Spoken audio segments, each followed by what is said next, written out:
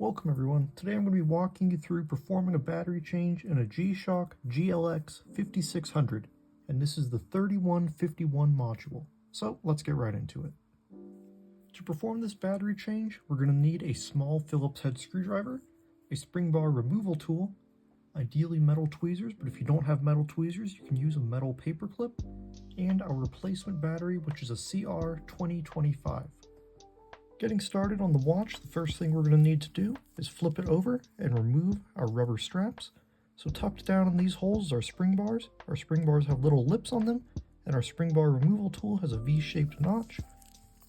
We simply want to wrap that notch around the lips, pull down, and twist out. And I like to keep a finger there just in case that bar tries to go flying out on me so I don't lose it.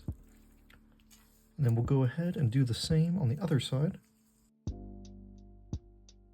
Now with our straps out of the way, we can go ahead and remove our 4 case back screws and set them aside for later.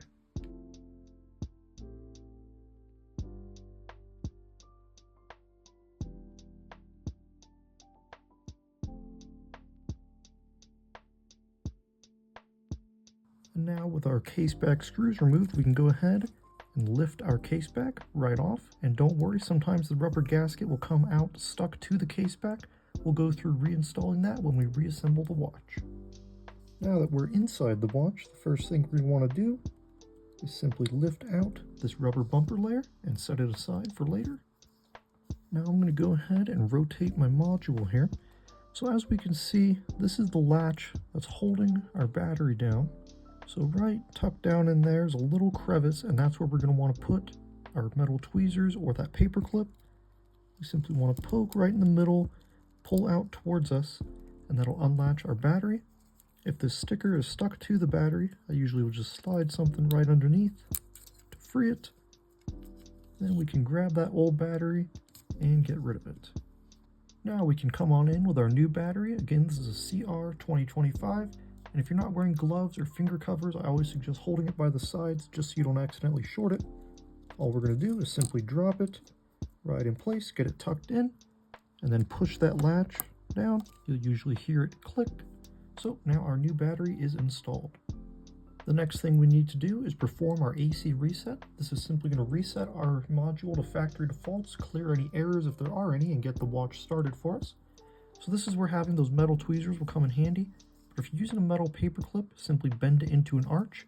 You just want to have 2 metal points of contact. So looking at our module here, we can see a little indication that says AC, and that's indicating a little gold tab at the bottom of this hole here. So what we simply want to do is contact one end of our metal to that gold tab and the other end to this metal on our module, and just hold it there for about 2 seconds. And then to ensure that we've performed the reset properly, I always would advise holding a finger over the spring here, just in case, because you don't want it to fall out. That spring's important for the sound of your watch.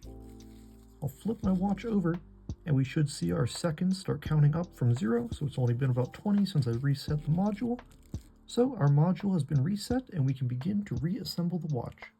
Our first step in reassembly is going to be to put that rubber bumper layer back in place. So as we can see, there's 2 holes on our bumper, and we have our spring here and this metal tab that sticks up. We simply want to match the shapes and drop it right in place. That way everything is sticking up properly. Next, we're going to want to reinstall our case back gasket. So this one's nice and easy. It's just a circle.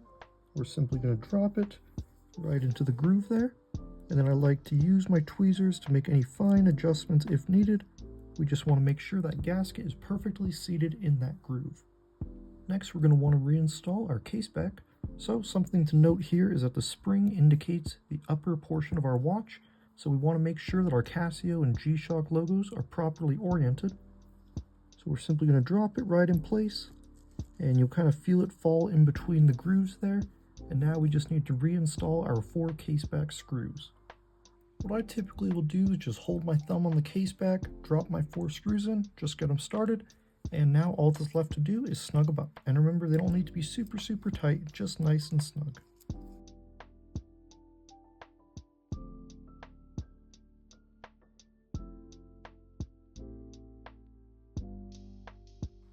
And our final step is going to be to reinstall our straps. So what I like to do is grab my strap, grab a spring bar, I'll thread the bar through and leave a little more sticking out on the left side.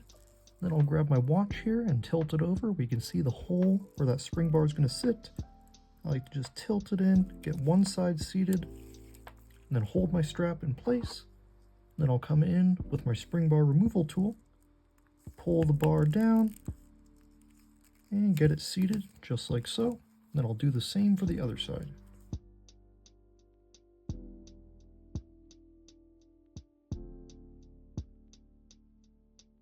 And just like that, they're nice and secure.